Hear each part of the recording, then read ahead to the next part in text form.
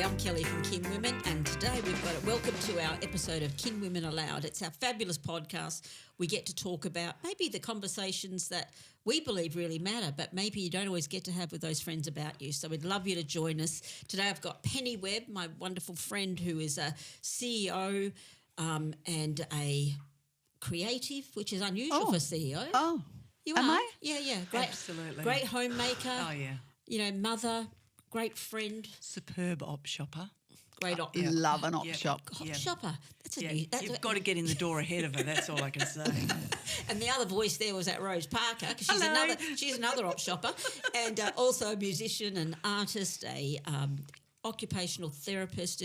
Therapy has been a way that she's also expressed her great care of people and encouragement of people. So, you know, we get to have a lovely conversation today just about how we're going in life. And I think we love this idea. It's for women by women and for friends by friends. Beautiful. Right, that's the way we roll.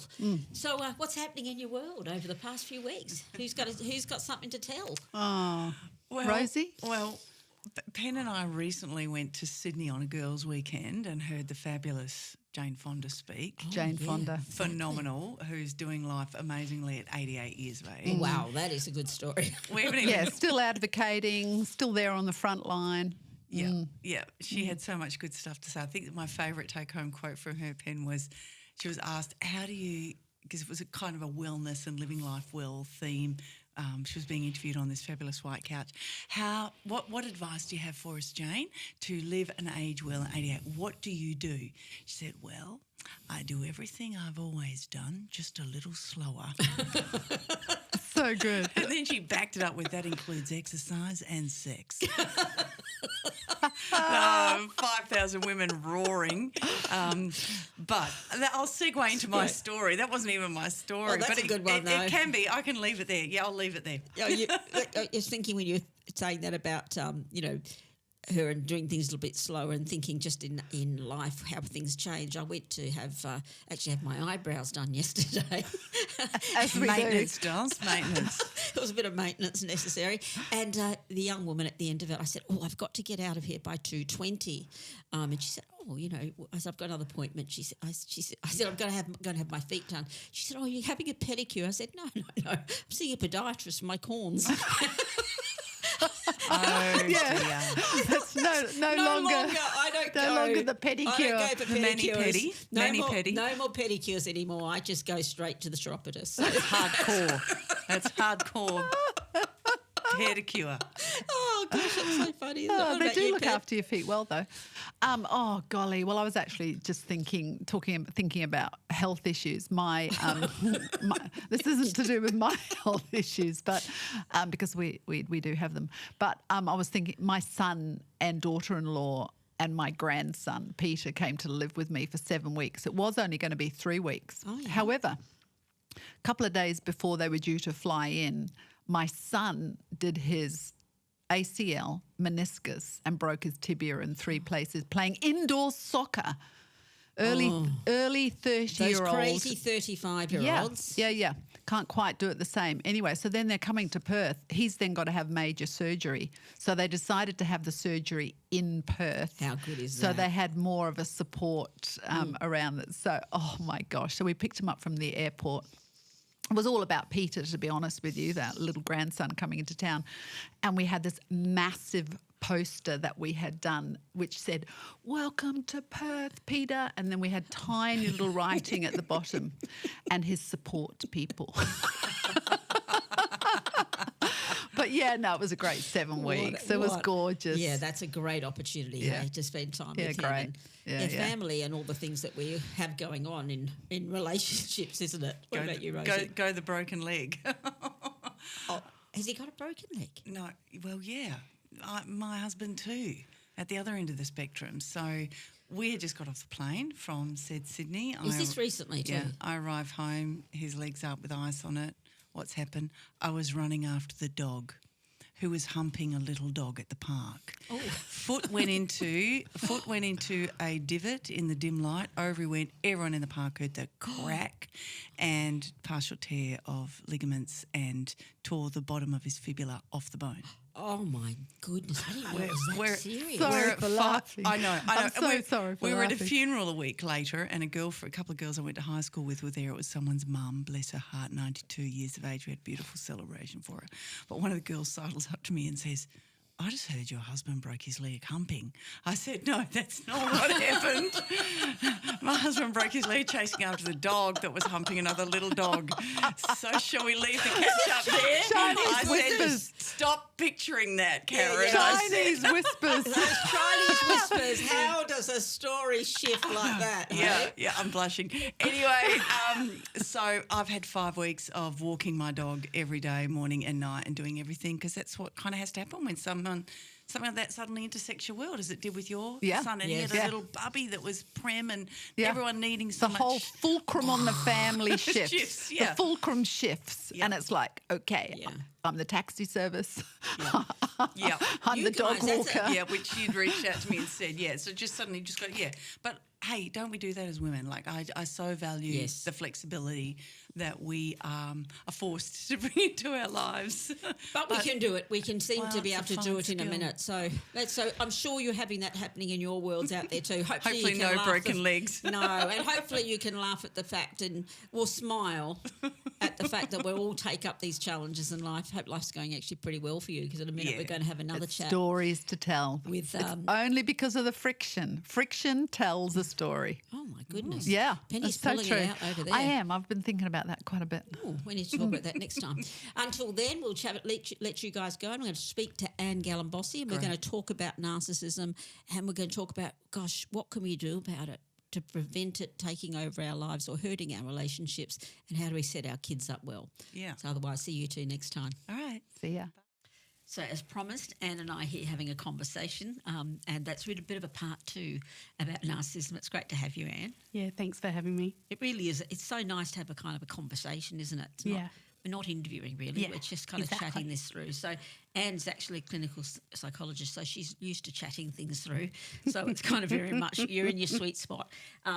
So she's, as well as being a psychologist, she is a mum and she is a grandma. She says her hubby, Steve, handles her watching telly in the middle of the night quite well, which is pretty important as we get older, isn't it? But her heart is really about helping people and really helping them to live with greater freedom.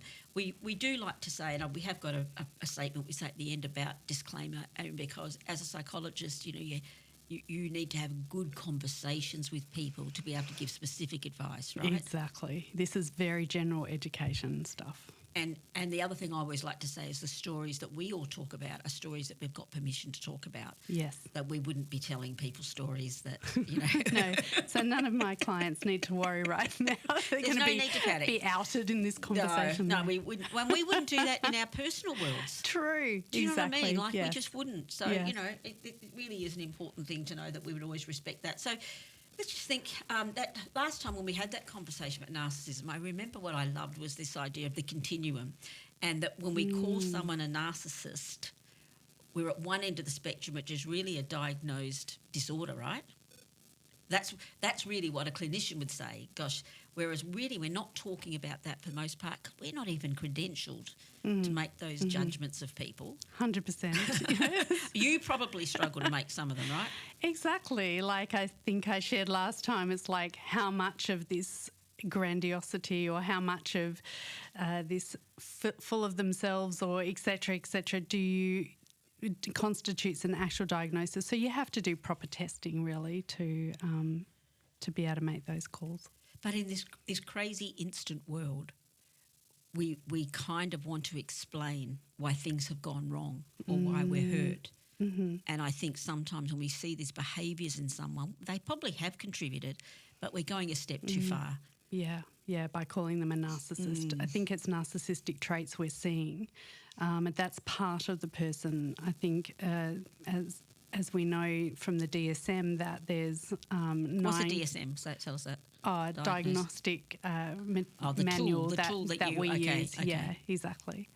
And so there's like a criteria of 9 things and then you've got to have 5 of them. So, you know, like it's a big deal to get that kind of diagnosis. I think what we're hearing in social media is just like, this person is just incredibly selfish and just thinking about themselves and they don't care about me at all and there's no empathy. So they drop a label into it. But is the incidence of narcissism actually increasing? Because we're hearing so much more, do you think it's actually increased as a diagnosed condition? This is very interesting. Oh. You would think it's on the increase, right? Yeah. But there was some meta-analysis done from 2024 to 25 suggesting that it's on the slight decline. And I was like, how is that even possible, right? You know, it's like trying to get my head around it. Yes. But I guess what they're talking about is overt narcissism. And so that's the grandiose, self-importance person. And I think that there's been so much to disrupt our sense of self, you know, like AI, who am I now, and financial crisis and all these kind of things that we've seen in the last 20 years, that, you know, people have lost a bit of their footing. And so I think we're seeing... That is a fascinating thought. So rather than more people actually moving into that kind of... So you would potentially 20, 30 years ago, it was more evident. Right. Yes, according to these studies. Yeah, I don't know. Interesting.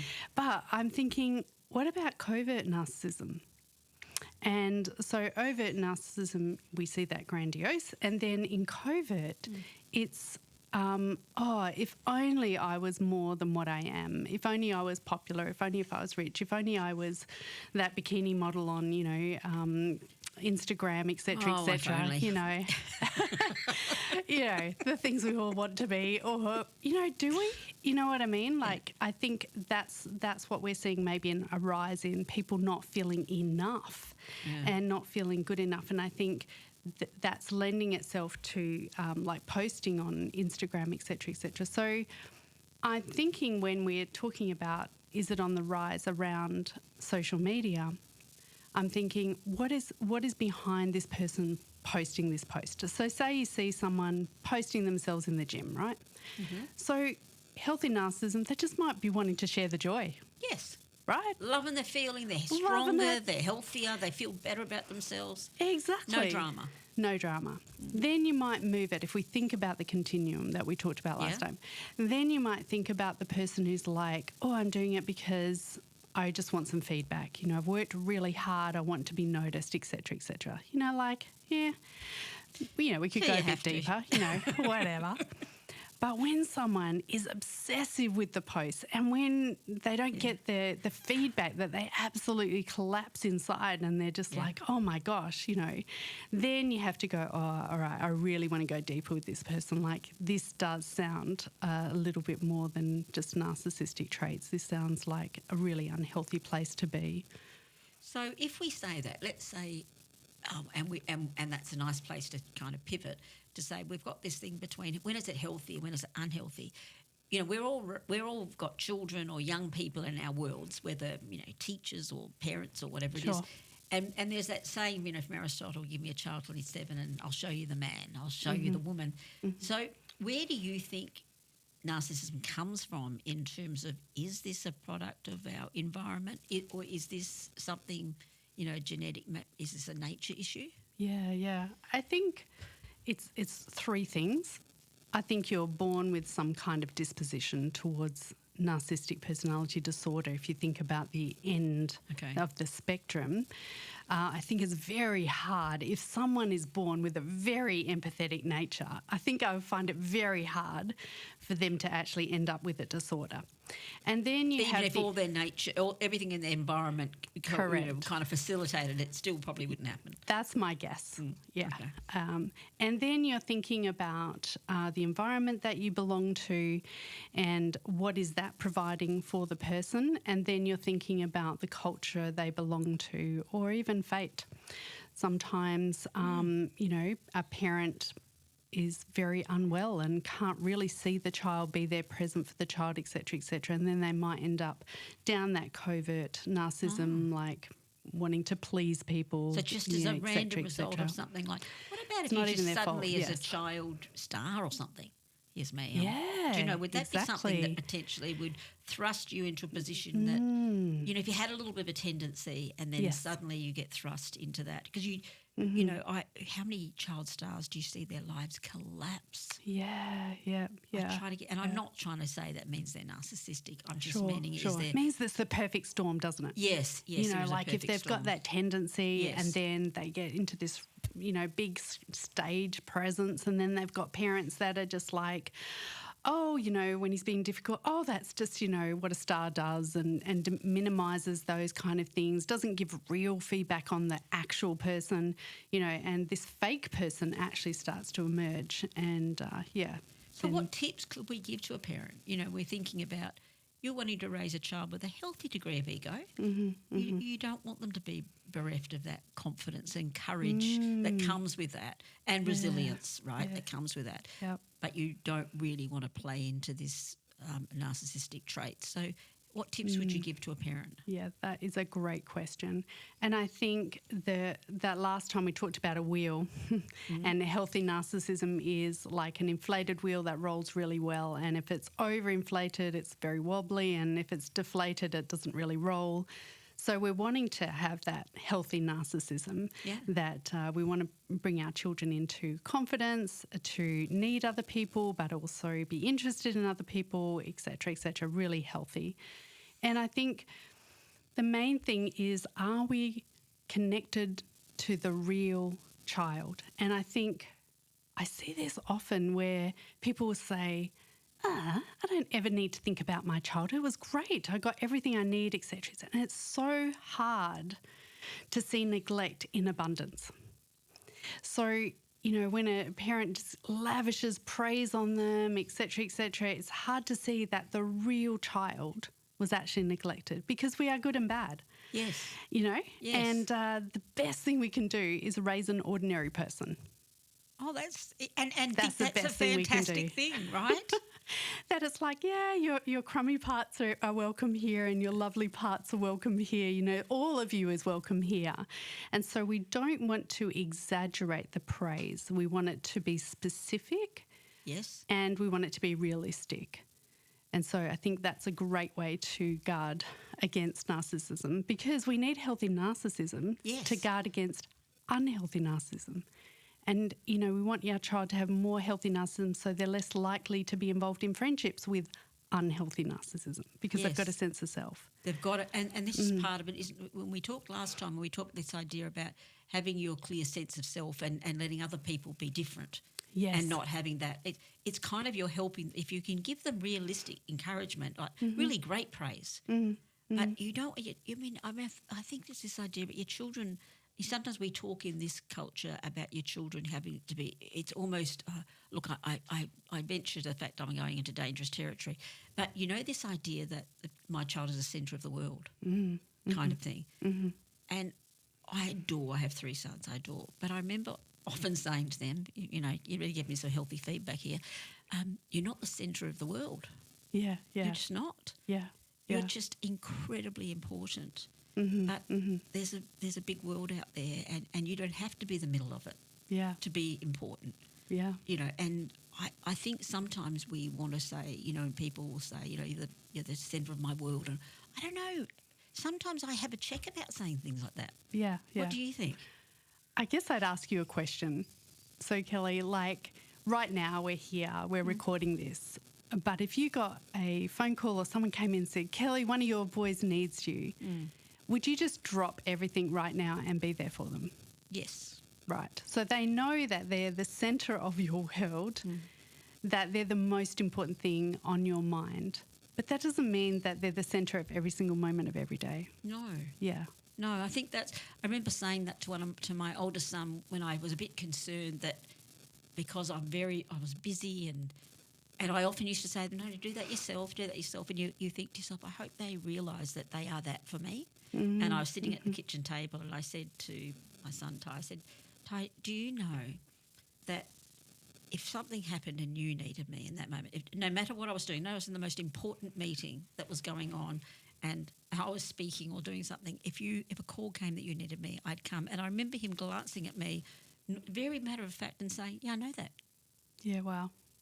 I know that. And we just moved on. Mm-hmm. But I think, but you're right, it's not every minute. And I think that's that sense of too much. Yeah, yeah. And then we want to make sure it's not enough. You know, Yes. like take, for example, scrolling. I don't know if you have a problem with it, but I certainly have a problem with it. I'm like, 3 more posts, that's it. Put it down, you know. And You I mean think on yourself? on myself, on Okay. my iPhone or whatever. It's Okay. like, you know, and I've got to limit myself. And I think, you know, when we're parenting, there's these great dopamine hits, right? Yes. Every 5 seconds, it's a dopamine hit. It's much more interesting than sitting with children often, Yes. you know. And So you're saying in terms as a parent, Yeah. when you were using that as your way of getting some sense of great feedback, encouragement, inspiration, feeling good about yourself, Feeling you're good. you can risk neglecting that person sitting in the room with you. you can risk it. And not, like, I'm not saying don't at all. Do you No, know what I mean? no. We're talking about when things are too much. Yeah. This is the things that we want to kind of be thinking about. It's just like limiting things and spending that quality time. Yeah. Yeah. I take my dog for a walk. And I remember my dog trainer. I had to get a dog trainer because my dog Theo is a bit of a nutter, gorgeous nutter. But I remember her saying to me, you've got to be present with him when you're walking. Right. If you're walking him and you're just saying, stop doing that, you know, whatever, she said, that's not, he won't learn. Right. Yeah, it was quite interesting. You've got to be present. So you're I thought saying, you were going to say, like, don't put your head well, she earphones did. on That's or what she something. said. Oh, Don't. okay. She said, don't have any. You've got to be present. Yeah, so right. I would love to go with my headphones and do that. Let me tell you, I still do it, but I realise I think I'm cheating my trainer. But anyway, but regularly I don't do that because I hear that. Yeah, right. How can you really be present if we've got this going on for us? Yeah. And I guess when I get parents say, like, you know, it's about like 10 minutes is about my limit and then I just want to go do something else, and they find it really hard to just sit with their child, the first question I'll say is, who sat with you? Who was interested in you? Because if no one was interested in you, where's your model to be interested in your children? Oh, that's So, challenging, isn't it? That's yeah. really, really challenging. Let me flip over to another relationship. What would you call it? You know, your romantic relationships. There you go.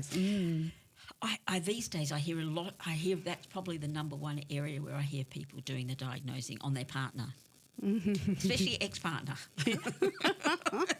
Our ex-partners, well, of course they are, but nonetheless, let's leave that. Is it helpful to diagnose your partner? Anne, you must answer this question. Well, I think you know the answer.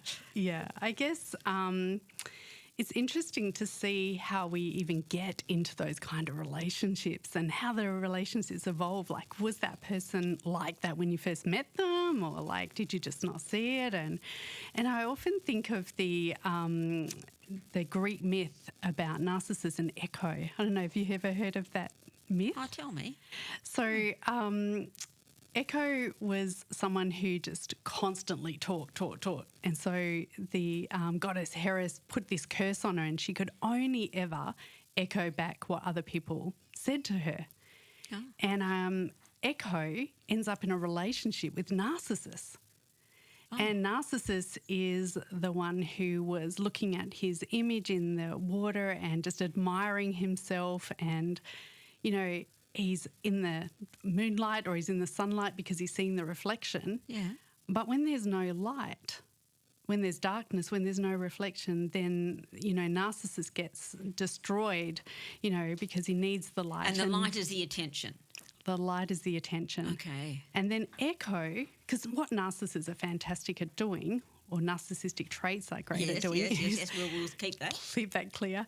Yeah. Is getting people to bask in the glow of them. You know, they're so charming and wonderful to be around, you know, and so Echo comes into that, and then Echo has somewhere learned in their childhood to echo the parent. Their real self is not really acknowledged. They have to be what their parent wants them to be, which is the false self.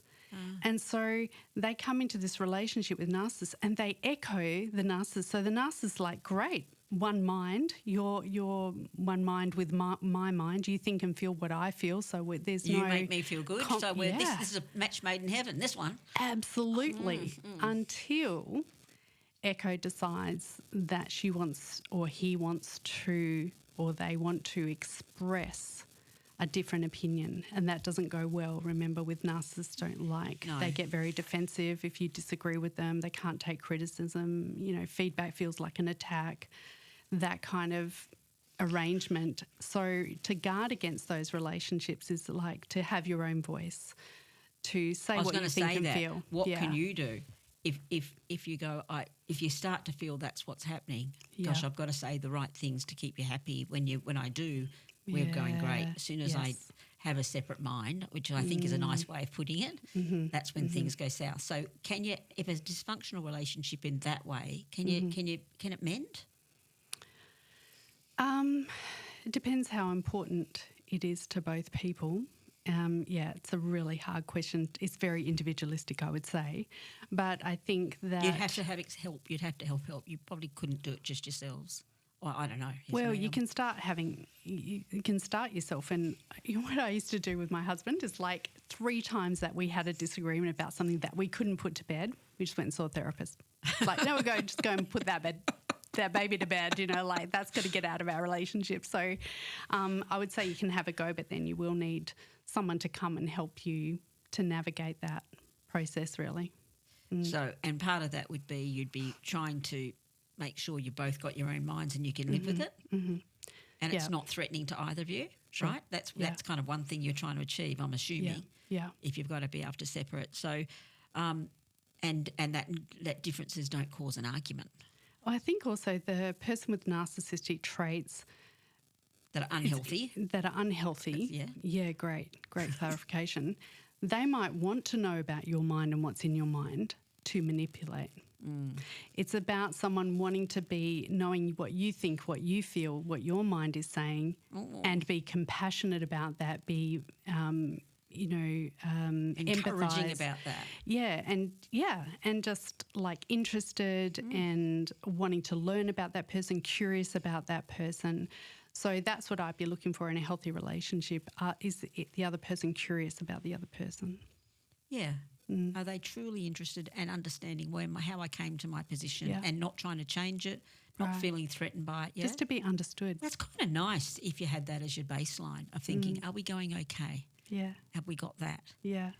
I always, when I get a brand new couple, the first question I ask is do you like yourself in this relationship? Oh. Especially when I'm doing pre-marriage counselling or something like that, I just say, do you like yourself in this relationship? Because that tells me already that the other person is providing an atmosphere that's... And I like that one. And I like when I look at my kids in relationship and I think, this is what I felt, it goes, are they a better person in that relationship? Wow. I do that as a mum. Yeah. Are they a better person in that relationship? And I look at one of mine, in my oldest son who's married, and I'm like, he's a better person. Oh, isn't that precious? And I'm sure she would feel the same way. And it's very, gosh, they've been married for, nearly 15 years or so. Yeah, wow. Yeah, 13 years. But that's a really good thought. That's a thing you could ask yourself. Am I a better person in this relationship? Because if I'm not. Yeah. Oh, so maybe how you want to wrap it up? You've got a thought there about a parent and anything about parenting or relationships that you think are a good tip for a parent? Let your child be ordinary. Oh. Because there's something quite extraordinary about being happy, being ordinary. Oh, I reckon that's a really nice thought. And gosh, it would take the pressure off because people feel so pressured that people, and you know what, they can be whatever they be as they become an adult. Absolutely. But, look, that's been such a lovely conversation. I really kind of love moving away a bit from the diagnosis side of it and really thought, how does it outwork? Yeah. You know, it's kind of then, and I want to have that better understanding of that continuum and then what we can do. I love the idea that you said, let's allow our children to be ordinary. Let's encourage what they're really good at. Let's be honest about it. Yeah. And we don't have to make them, Einstein, Michael Jordan. And they might Poor be. child. And but Pablo they might Picasso. be. Yeah. They've got to try to be. Yeah. They don't. They can be. Yeah. They may be And versions of. even if they are Einstein, they're good and bad. Yeah. Yeah. And then here's what I think you're saying about us in a relationship. Am I free to think and have my own opinions without criticism, being ostracised or feeling excluded if someone else thinks differently? Yeah, beautiful. Am I a good version of myself? Nutshell. Really beautiful. Love it. So that's been really, gosh, what a lovely conversation. And taking a hard topic, Anne, I reckon you've made it easier to bring it down to a way to live and not have it kind of become something almost weird in life and impacting in a negative way. So it's lovely. Next time we're actually going to start a new series, and that'll be really great. We're going to talk about women in terms of those aspects of our physical, emotional and mental, and try to really, talk about things like the menopause and those things that impact us physically, and try to make all those things that are difficult conversations, everyday conversations that we can have with one another. I love what you're doing here. It's just so cool. So that's lovely. So thanks for having us, and we'll all see you on the other side. Thanks for being part of Kinwomen ALOUD. Thank you. This podcast provides general educational information only. Neither the host nor guests are providing personal advice, diagnosis or treatment through this platform. Information shared is general and may not apply to specific situations. All stories we have gotten permission to be able to share, and the podcast and its participants cannot be held legally responsible for consequences resulting from the use of this information. For personal guidance, please consult a qualified mental health professional. By listening, you acknowledge these limitations and accept full responsibility for any actions taken based upon this content. So join us for more conversations. Follow us on our podcast and socials. I'd like to thank Mark Ralph, studio engineer from Elemental Sounds, Natalie Kellner, producer from Mindful Marketing. Until next time, you are our kin.